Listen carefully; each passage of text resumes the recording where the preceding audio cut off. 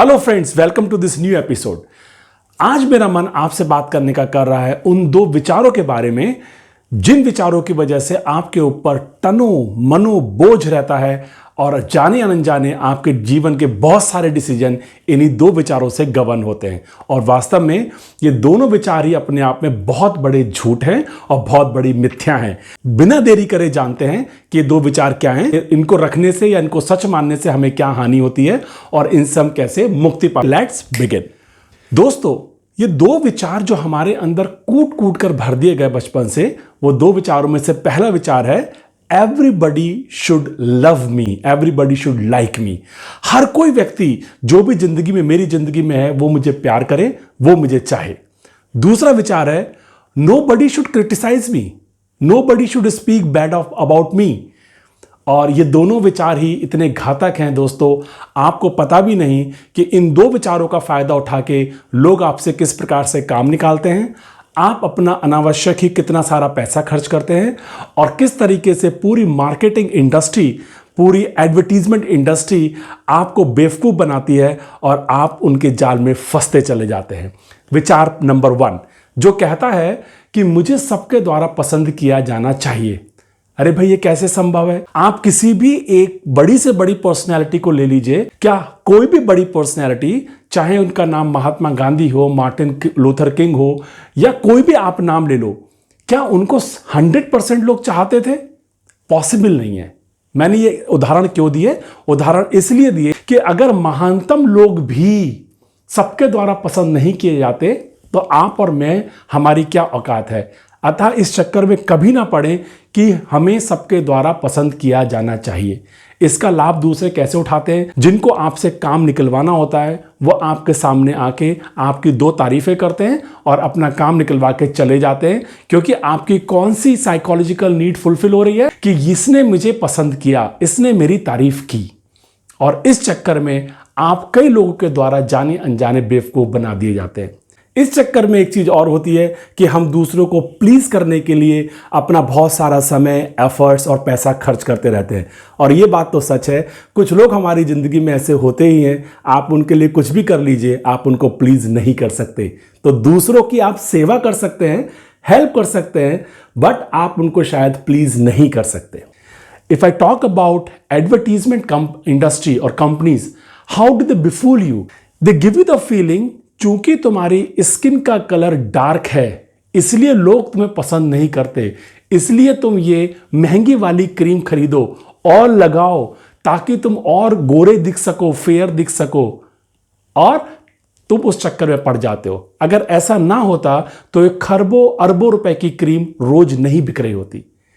इस तरह की इंडस्ट्री कहती है कि तुम अपने आप को लंबा बना लो, अपने आप को चमकदार बना लो, अपने मुंह पे से निशान हटा लो। अगर तुमने ये मोबाइल नहीं खरीदा तो you are not advance person. ये कौन सी आपकी साइकोलॉजिकल नीड है क्योंकि जो आपको इस जाल में फंसाती है? वो साइकोलॉजिकल नीड एक है जो उस विचार से जनित होती है कि I should be accepted, I should be loved, I should be liked by everybody in my life. और इस चक्कर में पड़ के आप जो एक वास्तविक जीवन जीना चाहते हैं, आप जिनको एक वास्तविक पहचान बनानी चाहिए, वो ना बना के महंगे मोबाइल, महंगे गैजेट्स, महंगे व्हीकल्स, महंगे कपड़े और महंगे कॉस्मेटिक्स खरीदने में लग जाते हैं। क्योंकि मन कह रहा है, मन ने एक विचार खरीद लिया है बचपन से कि सभी को मुझे पसंद करना चाहिए, और उस चक्कर में आप उस जाल में फंसते चले जाते हैं। दोस्तों, आपकी पहचान किसी गैजेट, आपकी पहचान ब्रांड ऑफ क्लोथ्स, आपकी पहचान किसी के द्वारा वैलिडेशन या अप्रूवल से नहीं होनी चाहिए। भले छोटी ही हो आपकी पहचान, वो आपके काम से होनी चाहिए। आई रिपीट वंस अगेन, आपकी पहचान आपके काम से होनी चाहिए, ना कि आपने क्या पहना है, कैसे दिखते हैं, अपने पास आप कौन सा सामान रखते हैं। जो स्टीफन कवी कहते थे, be do have. Be means being, आप क्या हैं। डू मीन्स आप क्या करते हैं, एंड हैव मीन्स आप क्या रखते हैं।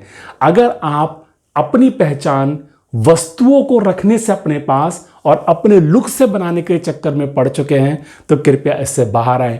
आप पाएंगे कि आपके मन के ऊपर से टनों का बोझ साइकोलॉजिकल बोझ जो रखा हुआ है वो धीरे धीरे कम होना शुरू हो जाएगा। झूठ नंबर 2 यानी कि विचार नंबर 2 जो आपके लेने वाले डिसीजंस को इन्फ्लुएंस करता है और आपके सिर में बहुत सारा प्रेशर क्रिएट करता है, वो है नोबडी शुड क्रिटिसाइज मी। ऐसा पॉसिबल नहीं है। ध्यान रखिए, जब भी आप कुछ नया करेंगे, जब भी आप कुछ बड़ा करेंगे, क्रिटिसिज्म तो चल के आएगा ही। और ये क्रिटिसिज्म बहुत दूर से नहीं आएगा, ये क्रिटिसिज्म आपके घर में से ही पैदा होगा। आपका करीबी रिश्तेदार ही देगा आपको वो क्रिटिसिज्म। हो सकता है वो आपके पेरेंट्स ही हो जो आपको क्रिटिसाइज करेंगे। बड़ा करते हैं, नया करते हैं, क्रिटिसिज्म आता ही है। और इसकी सबसे बड़ी हानि क्या होती है? झूठ, इस झूठे विचार को दिमाग में पालने से सबसे बड़ी हानि ये होती है कि अधिकतर लोग कुछ भी नया करने से डरते हैं, अधिकतर लोग कुछ भी बड़ा करने से डरते हैं। उसकी कीमत वो चुकाते हैं और जिंदगी भर वो रिग्रेट रखते हैं, काश मैंने कम उम्र में ये कर लिया होता। और वो हम करते नहीं, क्यों? हमारे अंदर एक ही फैलेसी, एक ही झूठ पल रहा है, नो वन शुड क्रिटिसाइज मी। आपने पुरानी पिक्चरों में देखा होगा कि कोई बच्चा या बच्ची कुछ गलत काम कर दे तो माँ बाप ये नहीं कहते थे कि उन्होंने गलत कर दिया, माँ बाप ये कहते थे, डायलॉग होता था कि अब लोग क्या कहेंगे हमारे बारे में जमाना क्या कहेगा।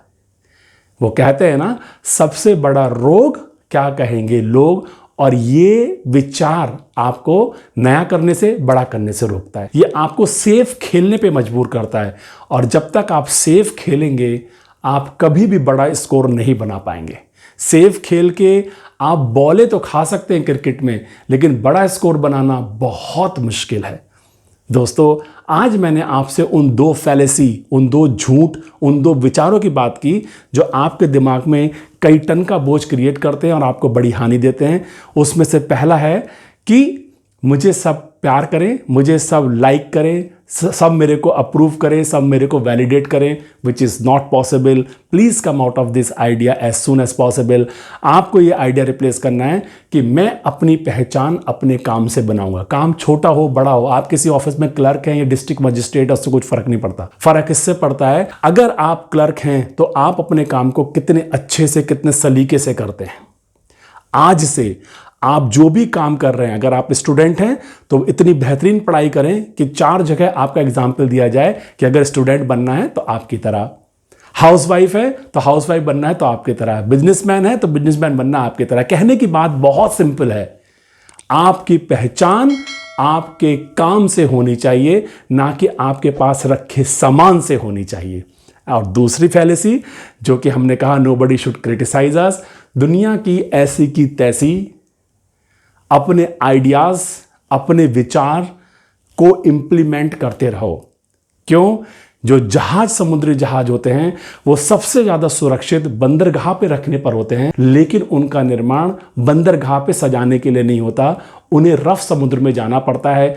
इसी प्रकार से आपको अपने जीवन में खतरे लेने, मोल लेने होंगे, आपको कुछ नया करना होगा, आपको कुछ बड़ा करना होगा। Focus on something new, something big. Don't think about the world, what world is going to speak about you. एक डिफरेंस को जानना बहुत जरूरी है कि मुझे इस विचार के साथ तो नहीं जीना कि मुझे सबको खुश रखना है या सब मुझे प्यार करें, but on the other hand आपके माइंड में ये विचार बिल्कुल उचित है कि अगर आप सोचें कि आई एम लव वर्दी, I am likeable, I am lovable, ये एक हेल्दी साइकोलॉजी की निशानी है कि अगर हम माने कि मैं प्रेम करने योग्य हूं, मैं चाहने योग्य हूं। ऑन द अदर हैंड मुझे दूसरों को खुश करके वो प्यार लेना है, वो साइकोलॉजिकली हेल्दी पर्सन की निशानी नहीं है। इस डिफरेंस को समझना बेहद आवश्यक है। I hope you would have learned great lessons out of this video. If you like this video, please like it, share it and subscribe my channel if you haven't subscribed yet. फिर मिलेंगे, जल्द मिलेंगे। मुझे ध्यान से सुनने के लिए बहुत बहुत धन्यवाद। Thank you.